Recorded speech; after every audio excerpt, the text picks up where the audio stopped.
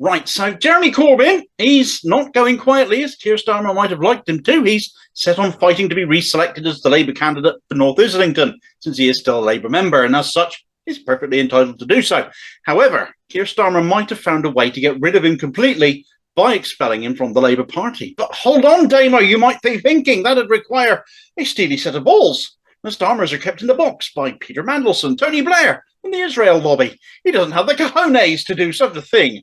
Well, he might not be prepared to out-and-out expel Corbyn in the same way he arbitrarily suspended him, but according to a Labour figure who has spoken to my good friend Steve Walker over at Skwawkbox, who has asked to remain anonymous lest they face repercussions themselves, Starmer is looking at banning another group, another proscription, and the apparent target of this proscription this time will be the Stop the War coalition.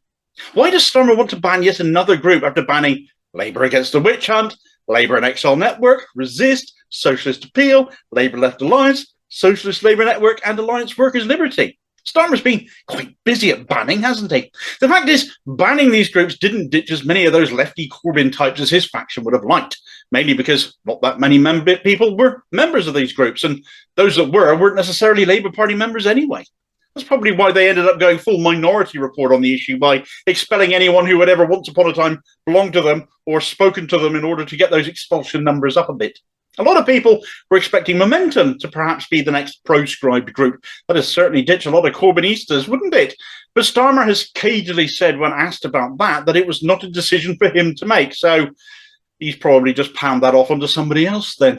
At any rate, the organisation he's set his sights on next, apparently, is going to be the Stop the War coalition, who speak for themselves. They're peace activists. Oh, goodness, that can't possibly align with Labour values then, can it? Not the Blairite sort, anyway.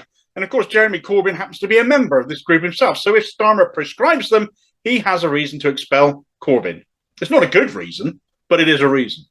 Stop the War long been calling out Starmer's dictatorial tendencies and his drumming for military action, seemingly possessed of the same bloodlust as Tony Blair. Or perhaps Blair is just fond of fondling those steely balls he's in possession of, squeezing them a bit until Starmer squeaks, "Let's from Russia," like some brill-creamed nasal rendition of Kenny Everett.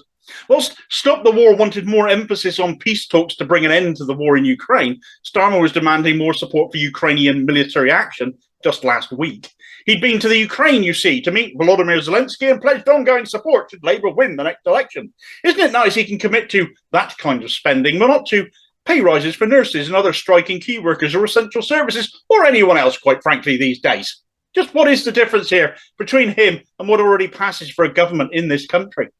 Of course, Stop the War have also heavily criticised NATO, and that's not without justification, since it's not unreasonable to look at Putin's actions against Ukraine as preventable had NATO not continued to expand eastwards after the fall of the Berlin Wall, as it promised Russia at that time that it would not do.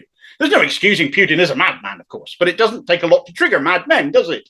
And NATO did it on steroids, complete with US troops stationed in Ukraine, puppet government as it had become by then, as the icing on that particular cake.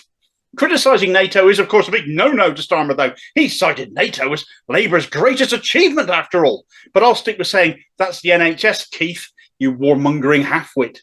Starmer doesn't care about the casualties of war. If he did, he'd be wanting to help Palestinians like he plans to help Ukrainians. Where are his plans to make good on British promises to help resettle Afghan assets who have been abandoned as another, for instance? War is profitable. War keeps rich people rich, and for those governments that do that, profits become donations. But dissenting voices against that, people standing up for what is good for the victims of such actions and what is right, that don't align with those capitalist end goals are, well, they're in the way, aren't they? And so it shouldn't be a surprise that Stop the War looks set to be proscribed, and Jeremy Corbyn likely expelled as a result of that. Labour should then forever after be called the Start the War Party, because it seems Starmer is dead set on doing just that, but without any of the political wherewithal to have a clue about the consequences, operated like a puppet on a string by others who couldn't give a damn.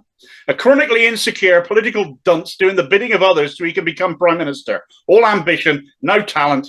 Keir Starmer doesn't belong anywhere near power.